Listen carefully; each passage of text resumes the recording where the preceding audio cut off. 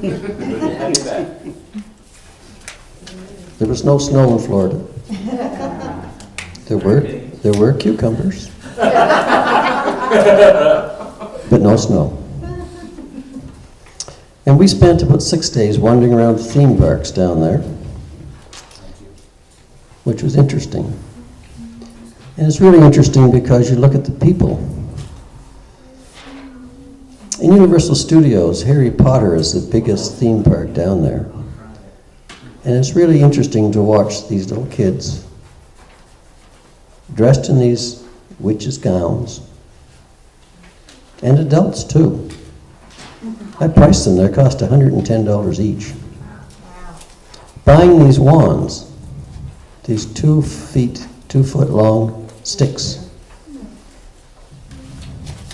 at $40 to $100 each. People were lined up to buy them. And then pointing them at things in the windows in this theme park because they would move because these wands are interactive. I don't know what's going to happen when they get home and find out that the refrigerators and their parents and the books don't do the same things at home for these $100 wands. And Disney. There are plaques over Disney saying we must never forget that this all began with a mouse. Less than 100 years ago, Walt Disney drew with this Mickey Mouse character. And now he's got these theme parks, these all over the world. Paris, Hong Kong, Tokyo, 2 in the United States. Interesting statistics, actually. The theme parks in Florida themselves cover 44 square miles of country. There are 35 resorts.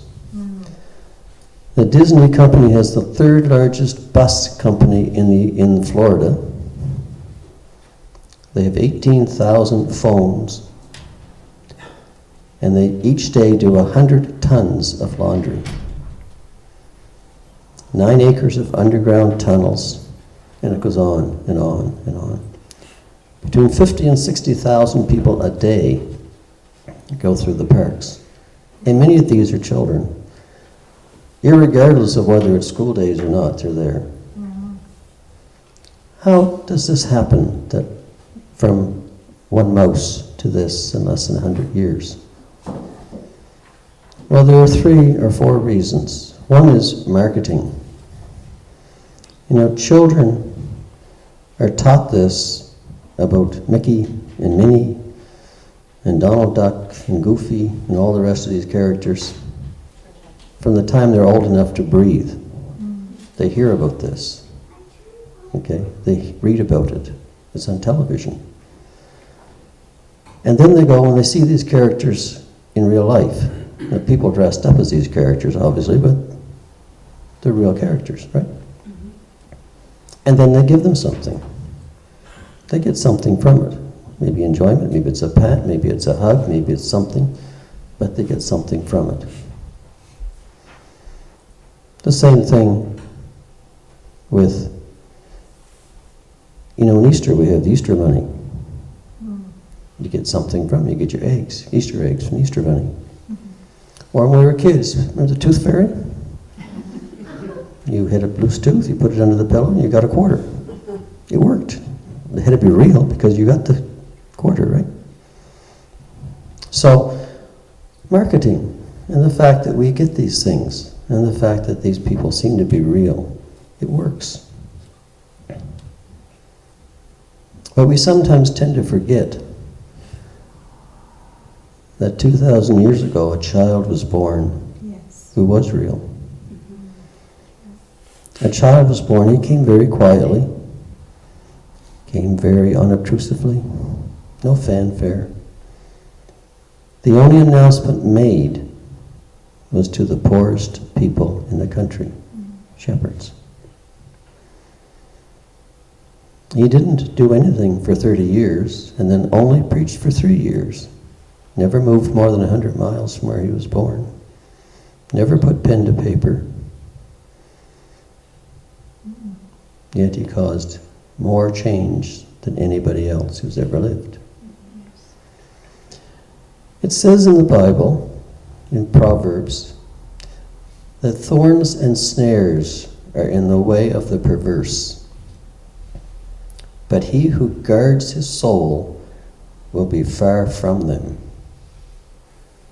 The problem is that most of our children today are only brought up thinking of magic and of the things that television tells them and of the events that they see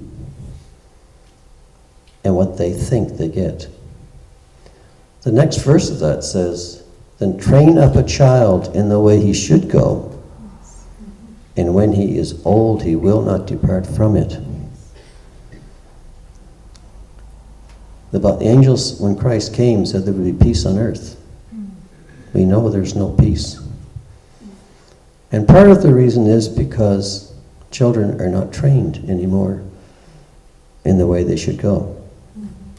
They're trained in the way the television and parents and the media instructs them.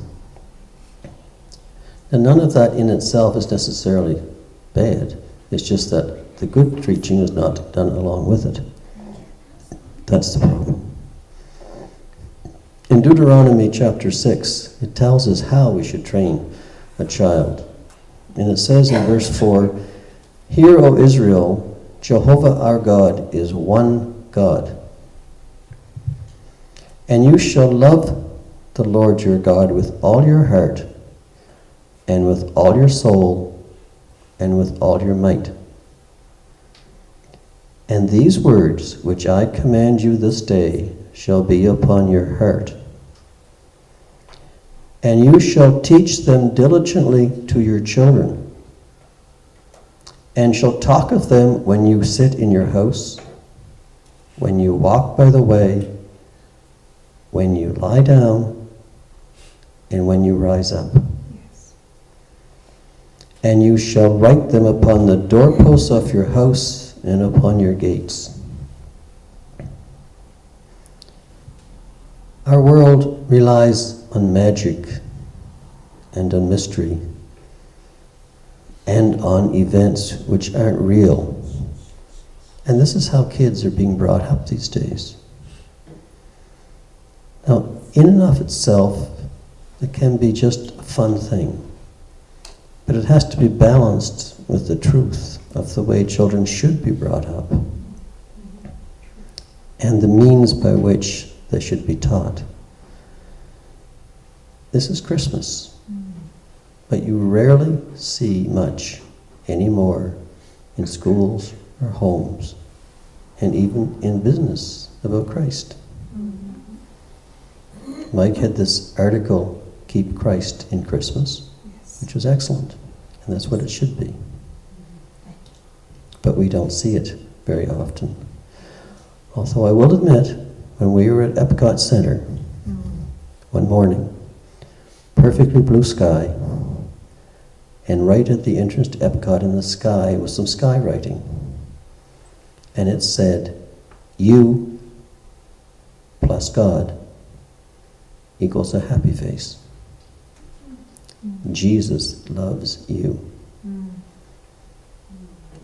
That and a few Christmas carols were the only references to Christ and the birth of Christ that were there.